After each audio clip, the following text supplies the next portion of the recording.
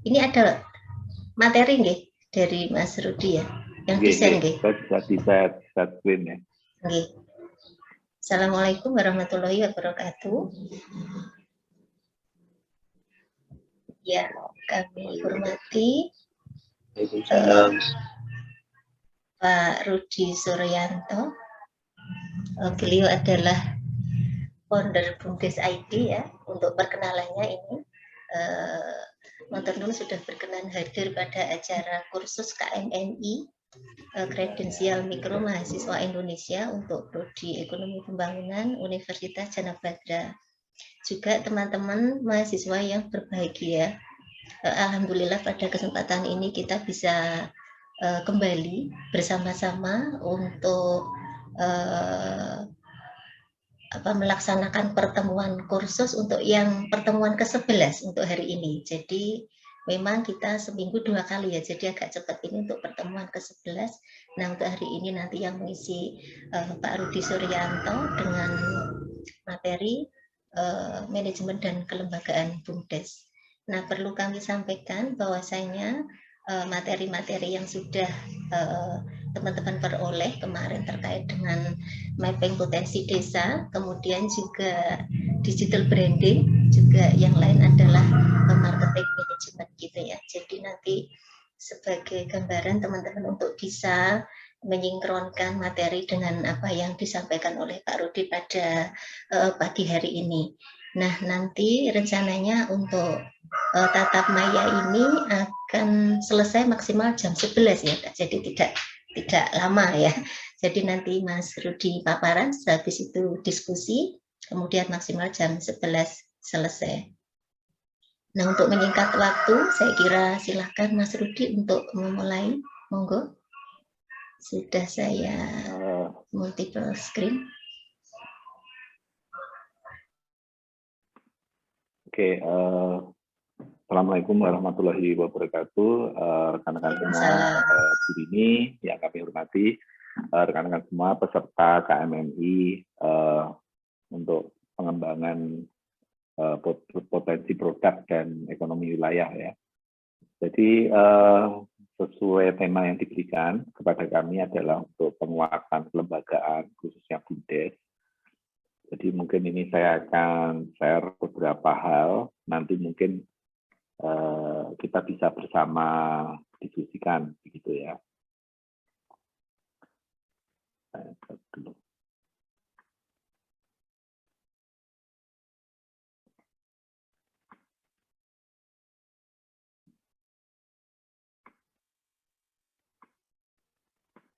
Oke, jadi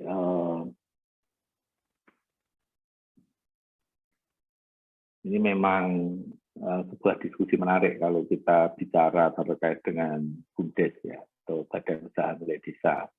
Karena ini ada beberapa hal yang sebenarnya tidak baru sebenarnya, karena BUMDes itu sudah ada sejak Undang-Undang 32 tahun 2004. Tapi selama 2004 sampai 2014 atau dalam waktu 10 tahun itu hanya ada 1022 badan usaha milik desa di Indonesia. Karena waktu itu pendekatannya lebih ke top down dan lebih ke birokrasinya itu lebih didorong dari pemerintah. Nah, kemudian 2014 itu ada perubahan terkait dengan fungsi ya, fungsi dari BUMDes itu dan posisi dari BUMDes, sehingga ini ada peningkatan yang sangat tajam. Di 2014 itu dari 1.000 jadi 8.000, kemudian dari 2014 sampai 2019 dari 4.000 ini menjadi 50.000.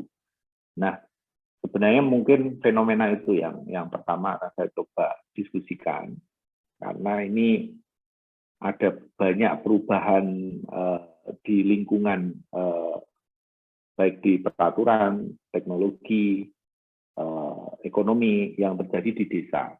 Ini yang saya kira teman-teman ini perlu perhatikan Karena tanpa kita memahami lingkungan, perubahan lingkungan ini, kita menjadi gagal ya dalam memahami mengapa si BUMDes itu ke depan akan semakin penting gitu kan. Nah, kemudian perkenalan sedikit, kami dari BUMDes ID itu punya 4 fungsi. Kami satu melakukan aplikasi secara online atau mengumpulkan BUMDes secara online. Saat ini ada 3.500 lebih anggota aktif kita dari 50.000 tadi ya. Jadi sebenarnya masih sedikit ya kalau dibandingkan dengan total BUMDes yang ada. Kemudian kita nilai BUMDes yang ada itu kegiatan usahanya. Jadi kita kelompokkan menjadi 3, rintisan, tumbuh, dan maju. Kemudian kita juga melihat produk-produk dari BUMDes, kita rating bintang 1 sampai bintang 5, sehingga kita punya mapping. Nah, ini saya kira yang penting untuk dilakukan oleh mahasiswa adalah ketika kita mau mengolah sesuatu, itu kita harus punya mappingnya dulu. Dari mapping itu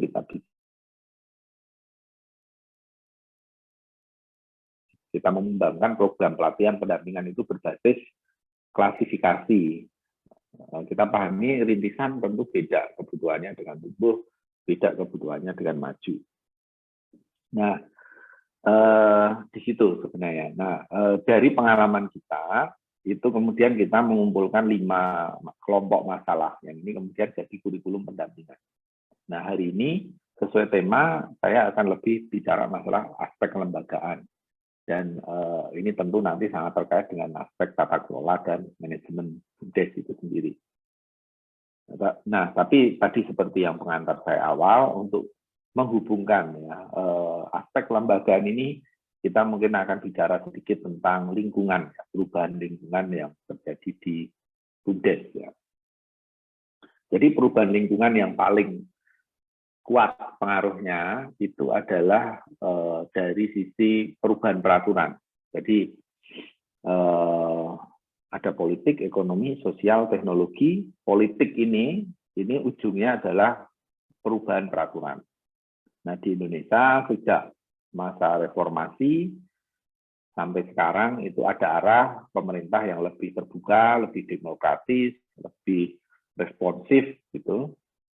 Nah, ini juga akhirnya masuk juga ke desa, masuk juga ke sektor bisnis, salah satunya kemarin yang kita lihat ada Undang-Undang Cipta Kerja. Jadi kalau saya sarankan mahasiswa ini benar-benar memperhatikan apa perubahan pasca Undang-Undang Cipta Kerja. Ini menandai era ya, reformasi peraturan, ada ribuan pasal yang berubah gitu lewat Omnibus Law ini, sehingga lingkungan bisnis sebelum dan pasca Undang-Undang Cipta Kerja itu sangat berubah. Ini yang kadang insan di perguruan tinggi, mahasiswa itu kadang nggak aware gitu. Mereka hanya baca textbook, mereka hanya baca jurnal-jurnal dan ini yang tidak melihat bahwa terjadi perubahan yang sangat mendasar terkait dengan peraturan. Yang mungkin beberapa konsep lama itu menjadi tidak relevan karena peraturannya sudah ganti. Nah, ini juga terjadi di BUMDes. Pasal 87 Undang-Undang Desa, Undang-Undang 6 tahun 2014 tentang BUMDes itu berubah atau diamandemen. Hanya satu pasal. Saya ingin mengilustrasikan perubahan peraturan itu bagaimana merubah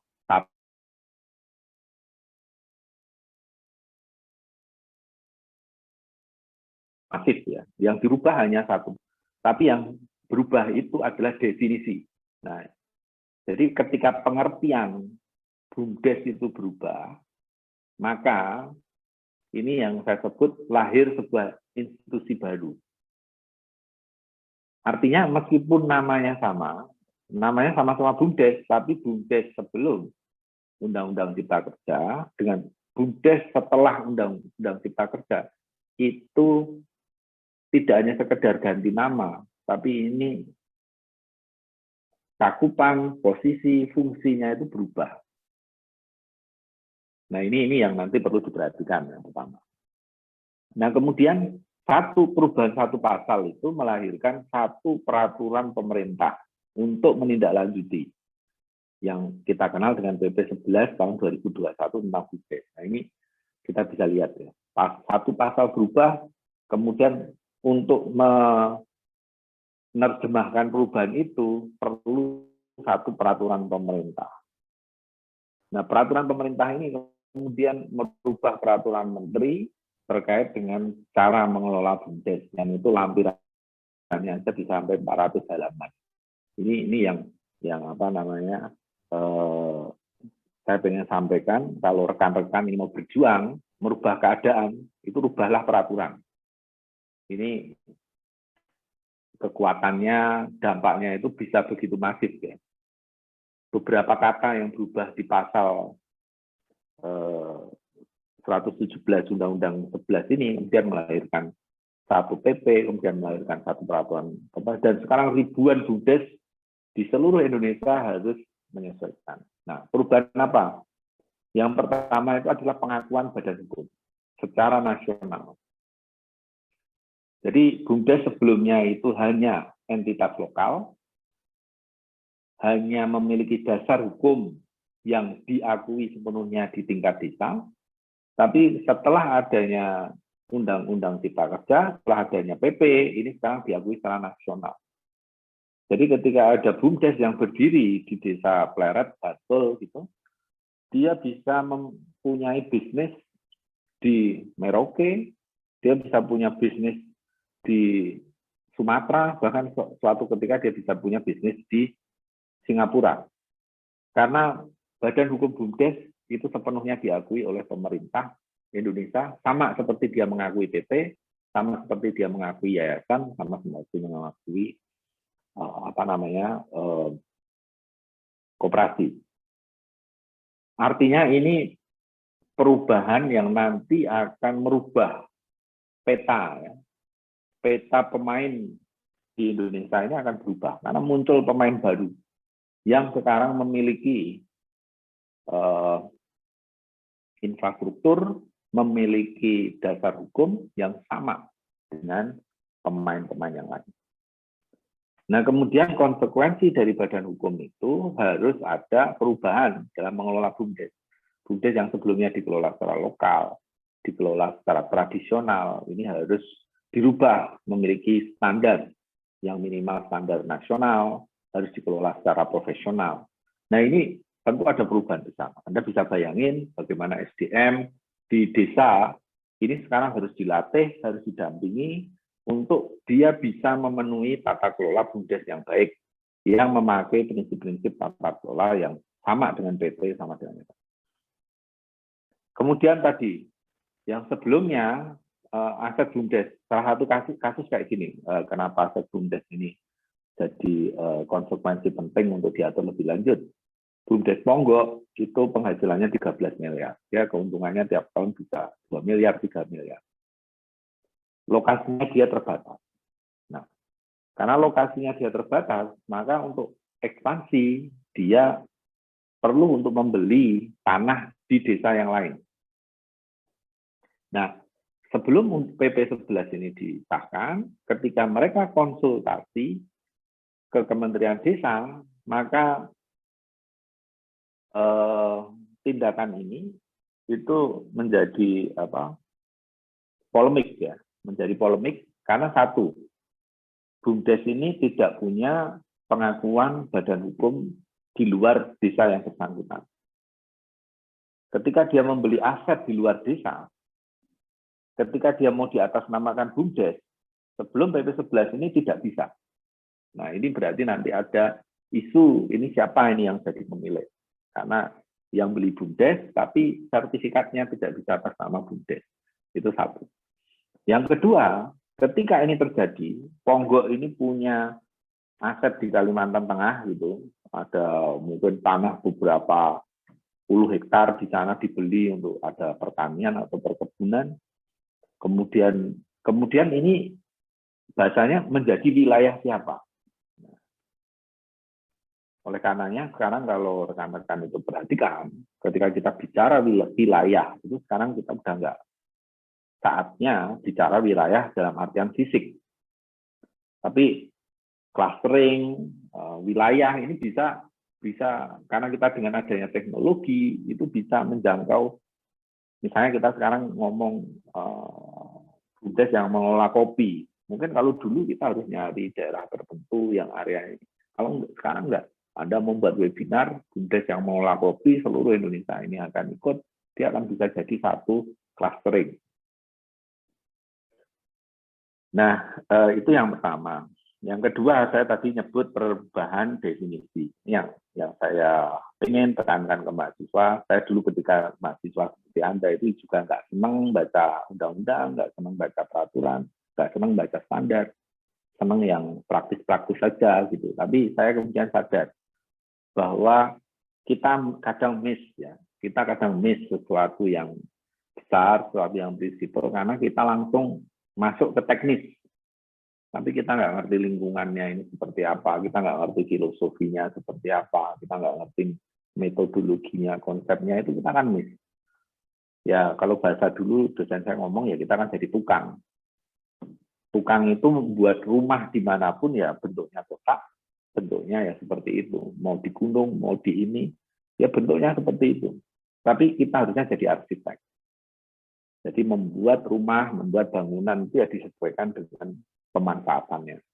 Arsitek bisa merancang gedung 7 tingkat, bisa membuat rumah yang sangat sederhana, karena dia punya ilmu. Inilah yang saya sebut ini namanya science. Bukan hanya knowledge. Kalau knowledge Anda itu tahu, ya, tapi ketika diimplementasikan di lingkungan yang berbeda, Anda nggak tahu dan nggak bisa kerja, itu berarti Anda baru di level tahu. Tapi kalau Anda itu di level Anda itu ahli atau expert, Anda itu ditempatkan dimanapun, Anda bisa menggunakan keilmuan Anda atau sains, pendekatan sains untuk problem solving. Nah, harapan saya KMNI itu sampai di level itu. Anda harus lihat sejarahnya, Anda harus lihat peraturannya, Anda harus lihat ini di beberapa konteks yang berbeda, sehingga Anda benar-benar tahu prinsipal base-nya. Kalau Anda tahu prinsipal base-nya, nanti Anda akan ada di berbagai lingkungan yang berbeda, menghadapi tantangan yang berbeda, Anda tetap problem solving.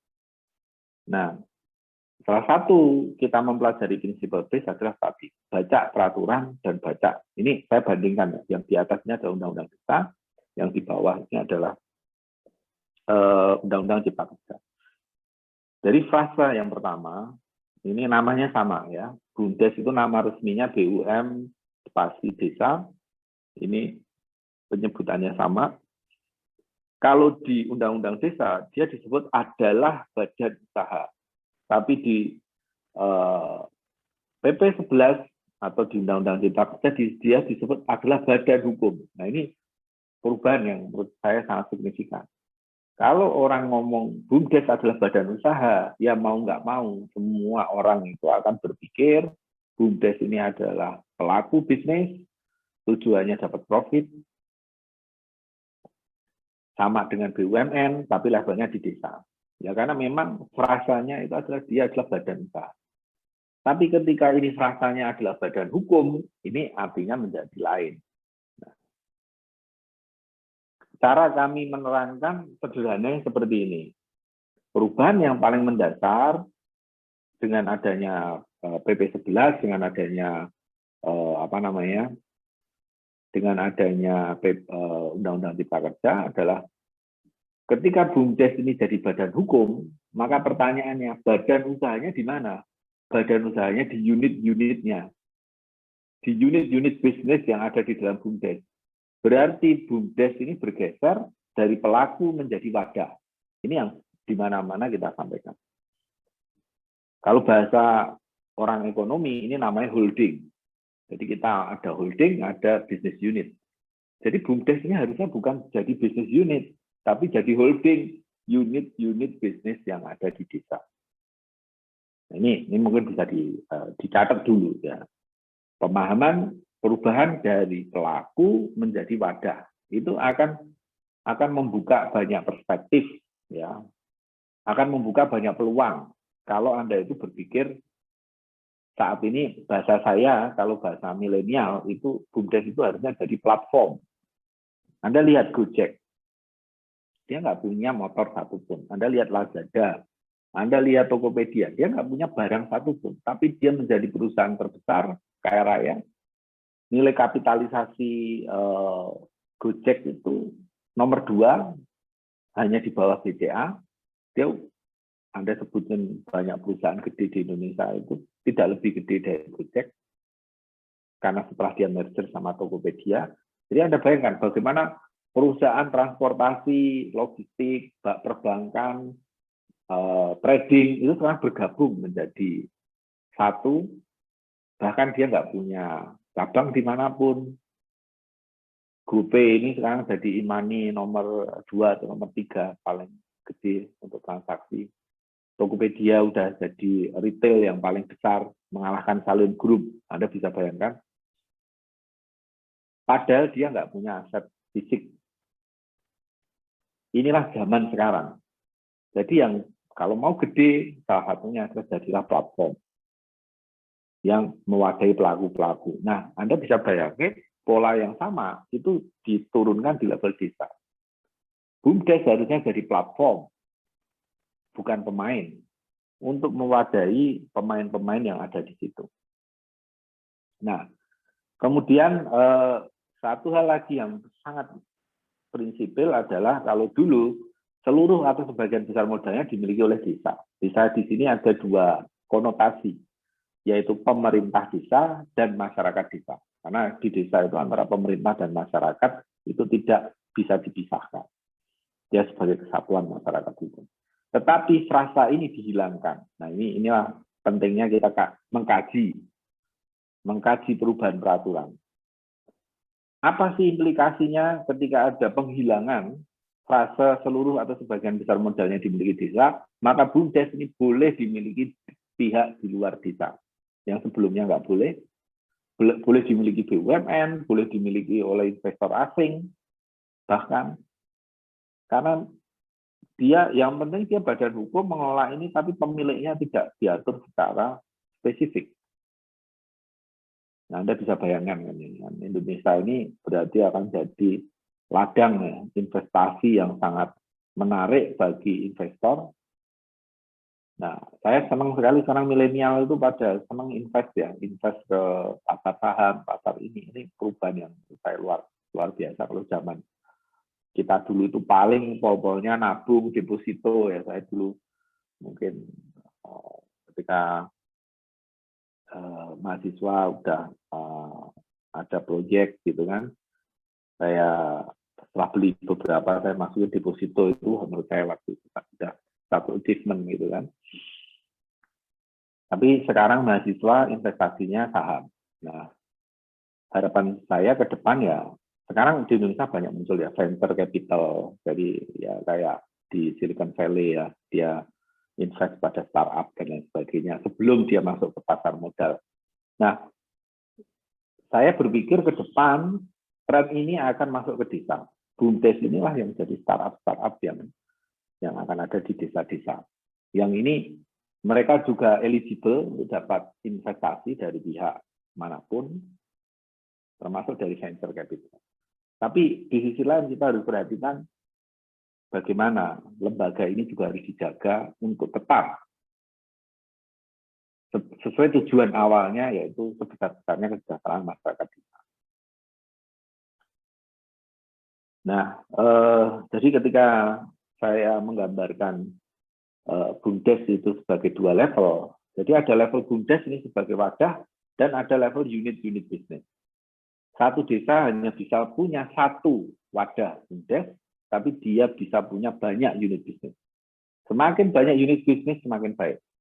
Nah, unit bisnis ini kemudian perlu dipikirkan apakah dia mau dijalankan sendiri atau dia kerjasama dengan pihak lain. Misalnya ada air terjun, udah dikelola Pok Darwis, di situ BUMDes kerjasama, ada tanah pertanian udah dikelola oleh Gapoktan, BUMDes kerjasama, atau bahkan yang ketiga kolaborasi yang lebih luas tadi ya, BUMDes di satu kecamatan gabung menjadi BUMDes bersama, satu kabupaten gabung, ini seperti di Pati 150 BUMDes gabung, masing-masing menanamkan modal 50 juta, terkumpul 5 miliar, mereka punya poliklinik, mereka punya kayak Jaya Mix untuk yang pengaspalan ya, untuk betonisasi ya, untuk infrastruktur fisik, mereka punya gudang yang sangat besar. Ini sekarang dilakukan juga di Indragiri Hilir, dilakukan juga di Banyumas. Ini ada konsolidasi. Kami percaya BUMDes ini akan gede kalau terjadi konsolidasi. Konsolidasi di tingkat desa, kemudian konsolidasi di tingkat kecamatan, konsolidasi di tingkat kabupaten, dan kemudian jadi di nasional. Nah, sekarang dengan teknologi digital, dengan mereka punya badan hukum, dan mereka punya duit, mereka punya resources, ini jadi satu kekuatan yang sangat besar. Kalau orang memikirkan BUMDes ini jalan bersama-sama. Kalau BUMDes ini jalan sendiri, dia kecil.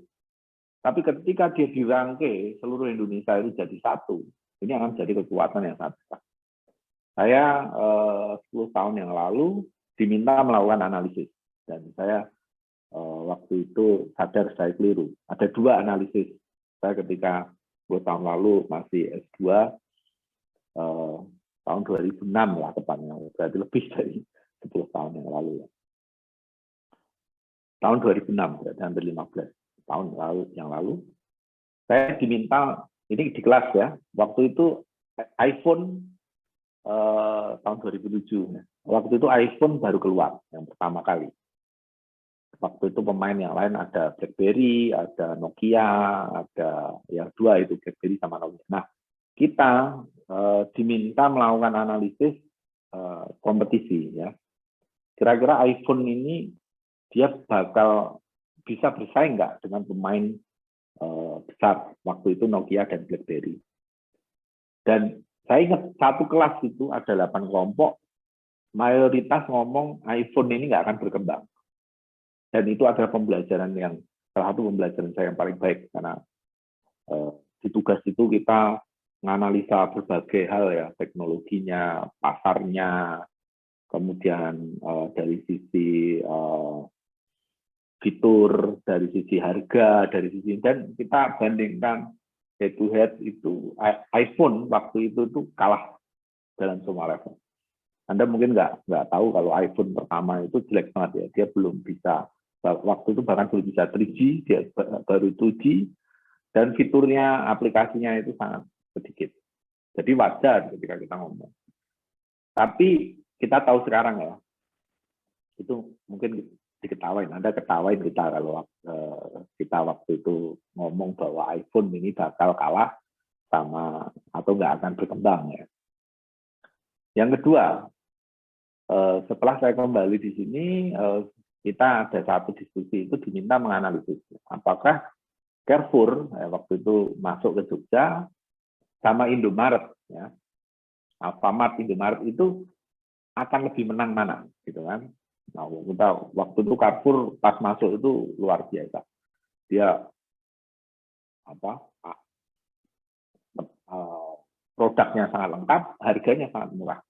Dia berani klaim kalau ada harga yang lebih murah dari Carrefour, dia akan ganti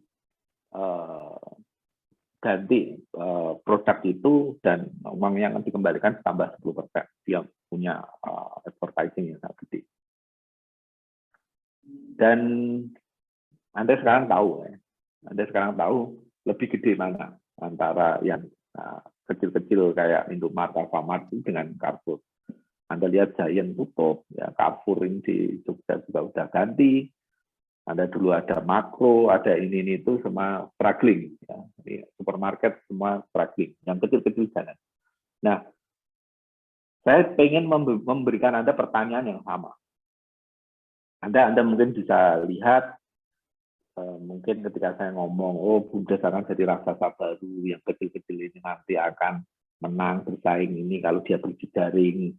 kalau dia ini itu mungkin Anda sama nganggap wah ini nggak mungkin gitu kan.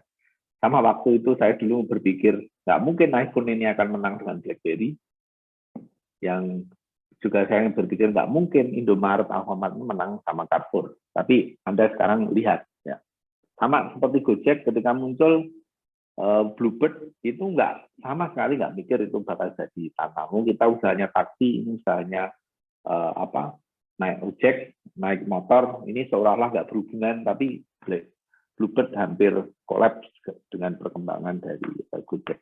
Nah, saya ingin Anda coba melakukan analisa yang sama. Apa benar sih BUMDes ini di lingkungan saat ini atau ke depan ini bisa berkembang, gitu kan?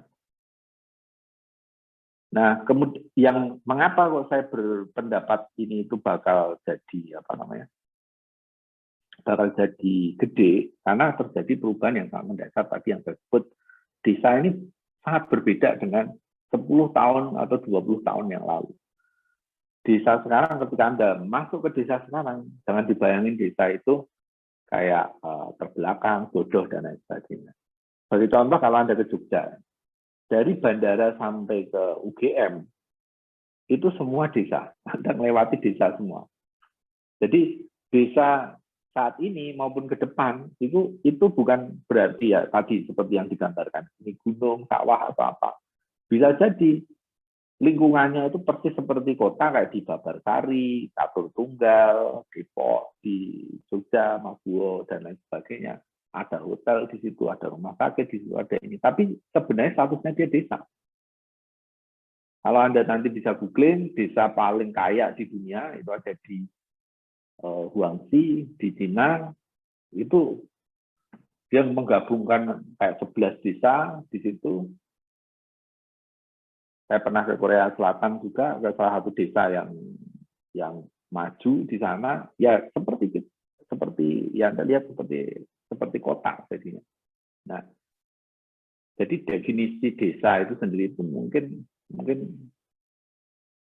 kalau saya sih tidak mungkin tidak sama dengan bayangan kita sebelumnya. Karena dia sekarang punya resources, dia punya dana, dan dia punya kewenangan. Nah, kemudian ini sebaran BUMDes di seluruh Indonesia cukup menarik kalau kita lihat bahwa BUMDes yang banyak masih di Jawa, jelas masih banyak di Jawa, tapi di daerah-daerah lain itu secara mayoritas juga ada jumlah yang cukup tinggi. Kemudian ada peningkatan tadi yang saya sampaikan sangat signifikan dari 1022 di tahun awal 2014 menjadi 8.000, 14.000, 28.000, 43.000, sekarang 51.134. Ini total dana yang diinvestasikan itu 4,2 triliun. Ini ada PADES 1,1 triliun. Anda bisa bayangin 1,1 triliun dari kecil-kecil banyak itu. Sekarang kalau kita bandingkan ya, mana BUMN yang memberi kontribusi sebesar ini? Dari ratusan BUMN itu banyak yang rugi. Nah, mungkin hanya beberapa aja yang tingkat ininya, mungkin kayak Pertamina bisa 17 triliun atau ini. Tapi BUMDes itu nggak kecil, itu yang pengen saya sampaikan. Ketika dia diagregasi, dia itu nggak kecil. Harusnya orang melihat ini sebagai institusi baru, sebagai pemain yang mendisrupsi pola ekonomi yang dulu itu orang nggak mikir BUMDes bisa mengguncang ya tatanan ini, tapi inilah perubahan yang dulu orang nggak mikir tahun 80 tahun 90 lah, mungkin ada beberapa belum lahir ya.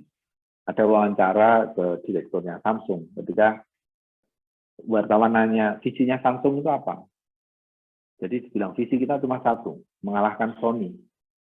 Nah, waktu itu mereka diketawain karena Samsung itu belum apa-apa, Sony sudah jadi perusahaan yang sangat besar waktu itu.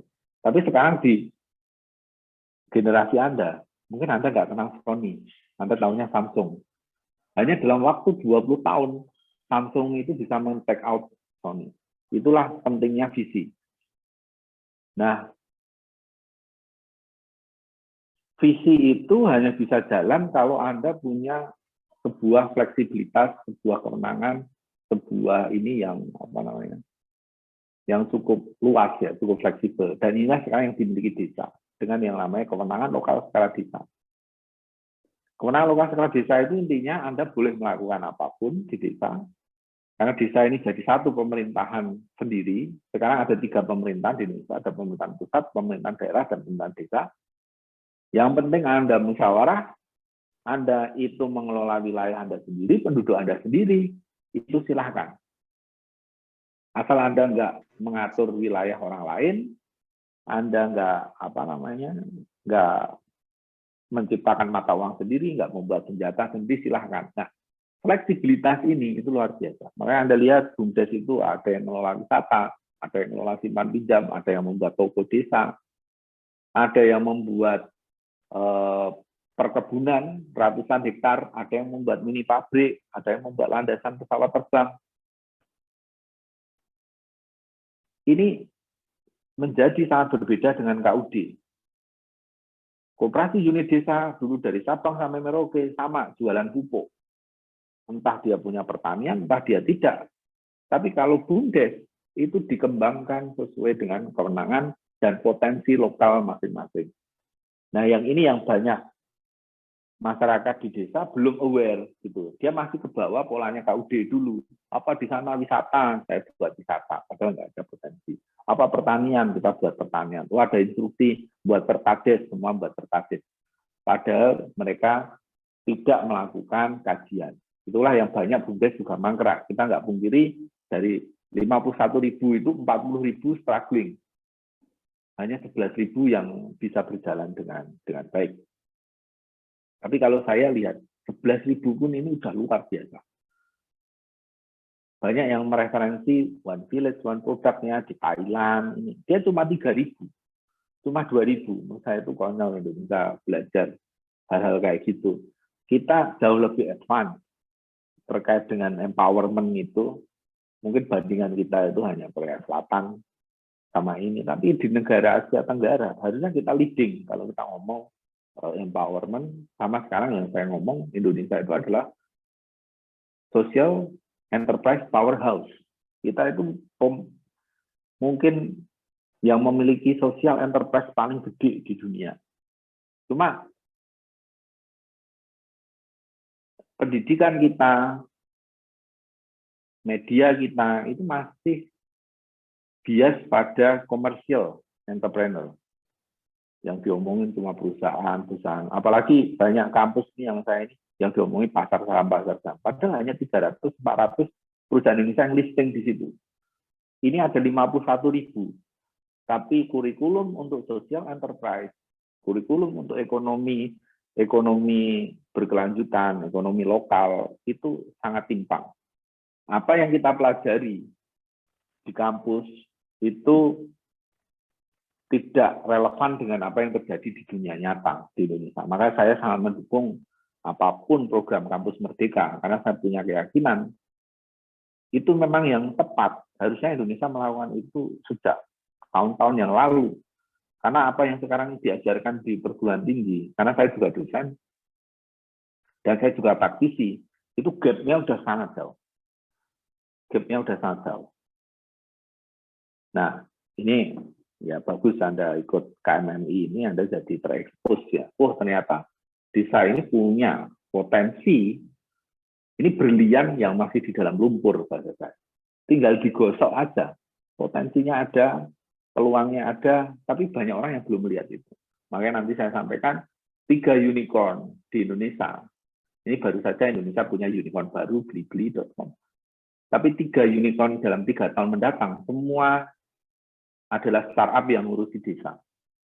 Ada yang ngurusi pertanian, ada yang ngurusi peer-to-peer lending, ada yang ngurusi social commerce, tapi semua basisnya adalah di desa.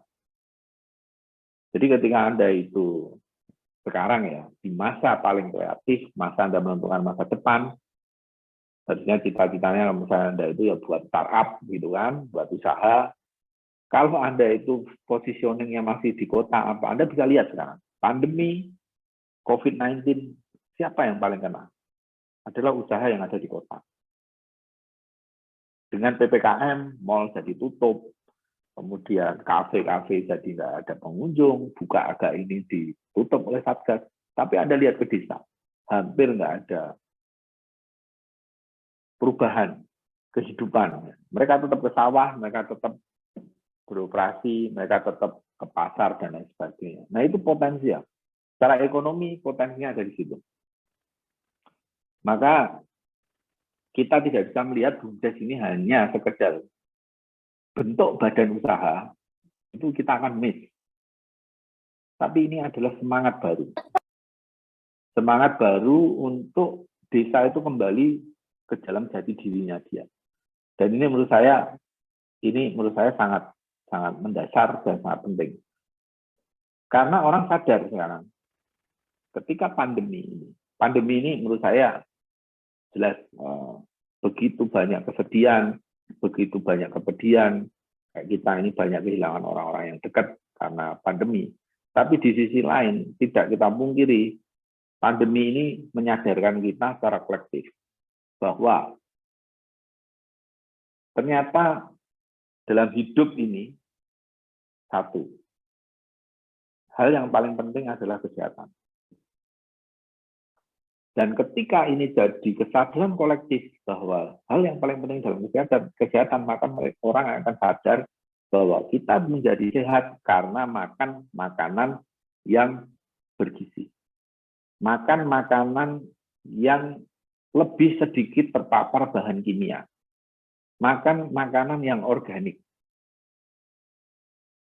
Nah, ketika ada kesadaran seperti ini, maka sekarang konsumsi buah itu di Indonesia meningkat. Konsumsi sayur itu di Indonesia meningkat. Dan ada buah, sayur, pangan itu adanya di mana? Di desa. Kenapa kita ini berpikir terlalu jauh, terlalu muluk-muluk? Padahal industri paling gede di Indonesia itu salah satunya adalah industri makanan. Jadi kalau saya ngasih clue ke Anda, kalau Anda itu sekarang bisa membuat food startup, jadi bukan startup sekarang itu udah geser, bukan ke online-onlinean, itu udah dibuat harusnya Anda 5 tahun atau 10 tahun yang lalu. Gojek, Lazada dan lain sebagainya itu udah 10 tahun yang lalu. Kalau Anda mau mencoba membuat yang sama dengan mereka, Anda itu sudah terlambat 10 tahun. Tapi sekarang semua startup itu bergerak ke food. Karena kenapa? Indonesia punya 270 juta. Itu butuh makan semua. Dan tipikal orang Indonesia itu senang makanan lokal. Nah, Anda gimana memikirkan ngasih makan 270 yang ini regionnya itu beda-beda, tidak semua orang bisa nanam, dan lain sebagainya. Yang kedua, pandemi ini menyadarkan kita bahwa keluarga, rumah itu yang paling penting. Jadi satu tadi kesehatan, yang kedua itu adalah keluarga. Karena kita belajar di rumah, kita bekerja di rumah, kita beribadah di rumah, maka rumah itu menjadi pusat ekonomi yang baru. Jadi waktu, resources, dan uang itu sekarang paling besar di spending di rumah. Ini mungkin satu-satunya periode dulu uang kita itu kita spending di jalan untuk transport, di spending ke mall untuk makan-makan, di spending di kantor. Ini ada kaitan antara ruang, waktu dengan ekonomi, dengan duit. Kalau ruang dan waktunya ini berubah ke rumah, maka rumah ini menjadi pusat. Inilah yang namanya bangkitnya namanya home economy, ekonomi rumah tangga. Konsumsinya naik, nah kemudian produksinya juga naik. Banyak sekarang muncul di Indonesia ini pandemi berdampak pada 29 juta tenaga kerja. Ada yang dipotong, ada yang ini. Dan langsung menghasilkan 2,5 juta pengangguran. Tetapi 2,5 juta ini kan nggak diem. Karena kalau dia diem kan mati. Nah, 2,5 juta ini apakah dia cari kerja baru atau jadi pengusaha? Maka sekarang Anda bisa lihat ada peningkatan yang luar biasa, mungkin 1 juta lebih pengusaha baru yang mereka itu well educated karena mereka awalnya bekerja di institusi, tapi kemudian di PHK karena sulit nyari pekerjaan, mereka dipaksa jadi entrepreneur yang basisnya rumahan. Nah, mereka ada di mana? Mesti jual makanan. Coba analisa saya ini nanti mungkin bisa didalami. Tapi kita lihat di situ.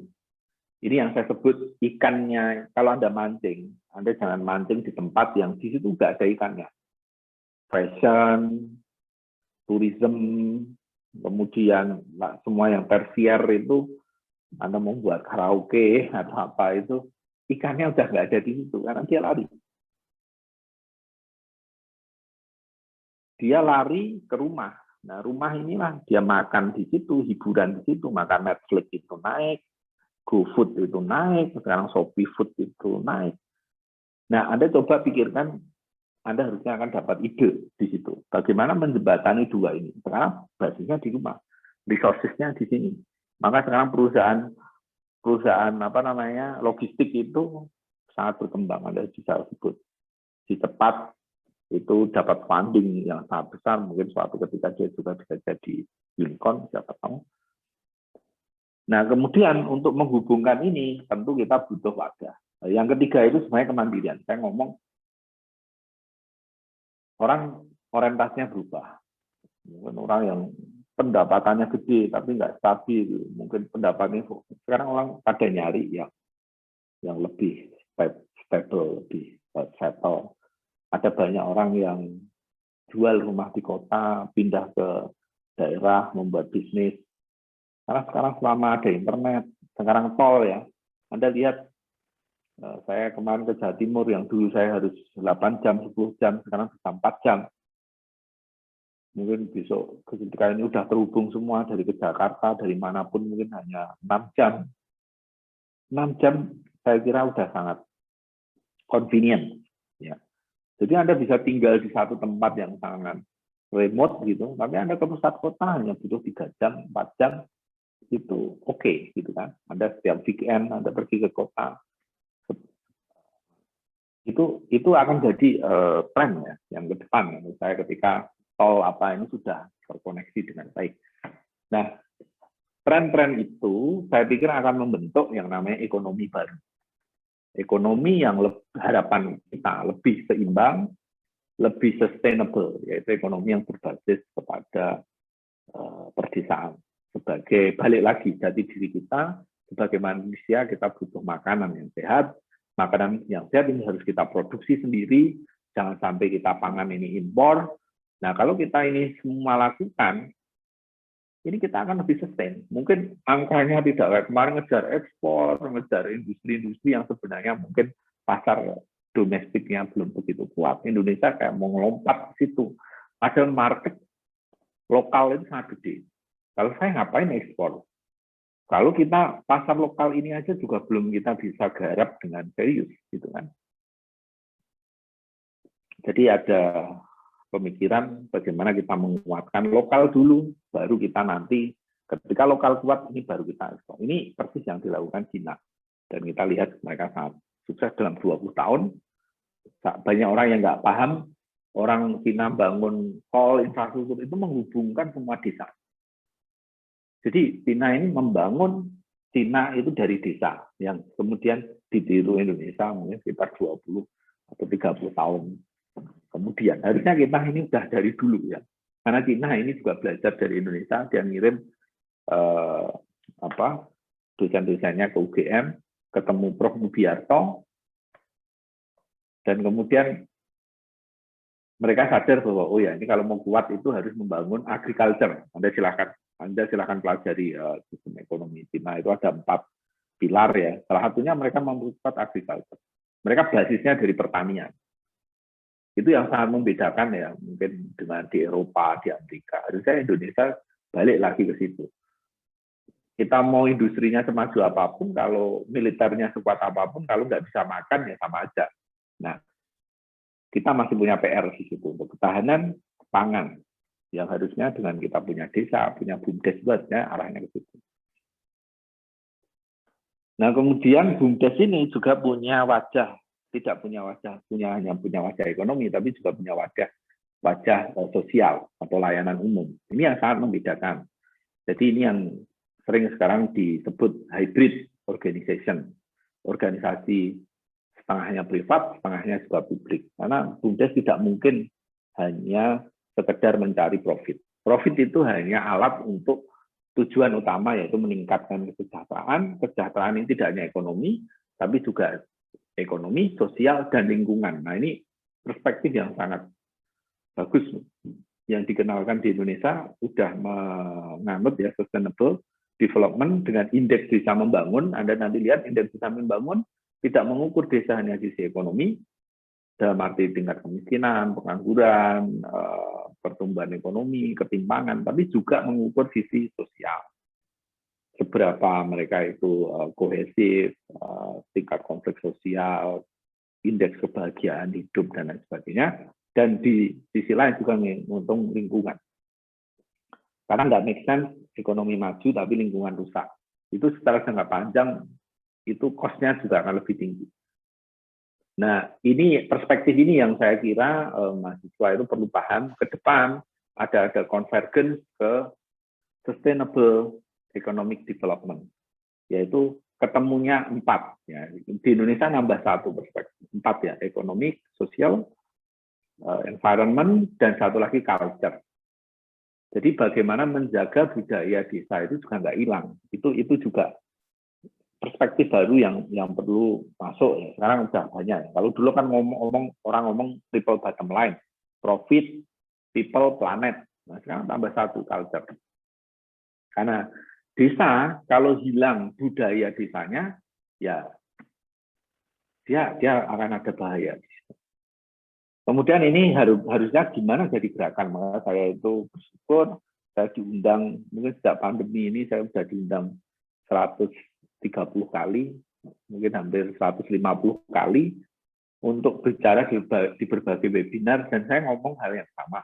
Bagaimana kita melihat desa ini sebagai potensi, kita melihat desa itu sebagai masa depan, kita bagaimana implement inovasi-inovasi terbaru, teknologi. Jadi meskipun kita desa, tapi kita kasih best practice, kita kasih pendekatan yang paling mutakhir lah untuk bagaimana memajukan. Jadi kalau orang lihat, oh ini BUMDes ID, kok garap BUMDes seperti garap startup. Ya karena memang harusnya kayak gitu. Kita ini punya science, ini yang berhasil dalam mengembangkan startup di berbagai tempat inkubasi, kenapa enggak kita jadi untuk mengembangkan BUMDes. Nah, balik lagi, kita harus punya mapping dulu, makanya kita punya mapping, kita punya 1.213 BUMDes yang sudah melakukan tes ini. Kita bisa lihat pattern. Kita sekarang mengarah ke menggunakan big data untuk memahami ini, apakah ini ada kaitan dengan jarak antara kota ke desa, apakah ini ada kaitan dengan penduduk, ada kaitan nih. Karena sederhana aja, kita pengen menjawab kenapa ada sebagian desa yang BUMDesnya maju, tapi sebagian besar BUMDesnya nggak maju. Nah, insight kita adalah kita bagi analisanya 3, di level individu, level organisasi, dan di level ekosistem atau level environment. Nah, kita sekarang lagi fokus di level ekosistem. Jadi ini mungkin bukan masalah individunya, bukan masalah organisasinya, tapi masalah ekosistem. Nah, di situ kita mengenalkan bagaimana mendorong kebijakan untuk membuat ekosistem yang lebih kondusif lewat berbagai peraturan, lewat berbagai kolaborasi, lewat berbagai media. Itu intinya adalah kita ciptakan lingkungan kondusif untuk orang itu inovasi, eksperimen, jangan takut gagal, harus ada support ketika mereka bingung, dan inilah harapan kita yang menjawab kenapa ada 1.000 BUMDes maju di area-area tertentu. Nah, kemudian harapannya ini menjadi bagian dari kita, ada hal yang lebih besar lagi, yaitu bagaimana kita mewujudkan cita-cita kemerdekaan yang selama 76 tahun ini kita belum capai, yaitu mewujudkan Indonesia yang merdeka, bersatu, berdaulat, adil dan makmur. Nah, ini adil dan makmur inilah yang kita belum mencapai, yaitu di situ ukurannya harusnya ada kesejahteraan umum, yaitu kesejahteraan yang dirasakan oleh banyak pihak. Kesejahteraannya bukan hanya segi ekonomi, tapi juga sosial, lingkungan, dan juga budaya. Dan itu tidak bisa tanpa kita melakukan upaya untuk mencerdaskan kehidupan bangsa. Nah, jadi hari ini harapannya kita ini dalam bagian untuk mencerdaskan kehidupan bangsa. Sehingga ketika Anda nanti kembali ke kampung halaman, saya minta tolong ini di-share semangat ini, Anda meluangkan waktu untuk Anda lakukan riset, untuk Anda lakukan sharing experience untuk menyalakan harapan atau mercusuar ya bahwa arah Indonesia ke depan ini memang harusnya membangun Indonesia itu dari desa.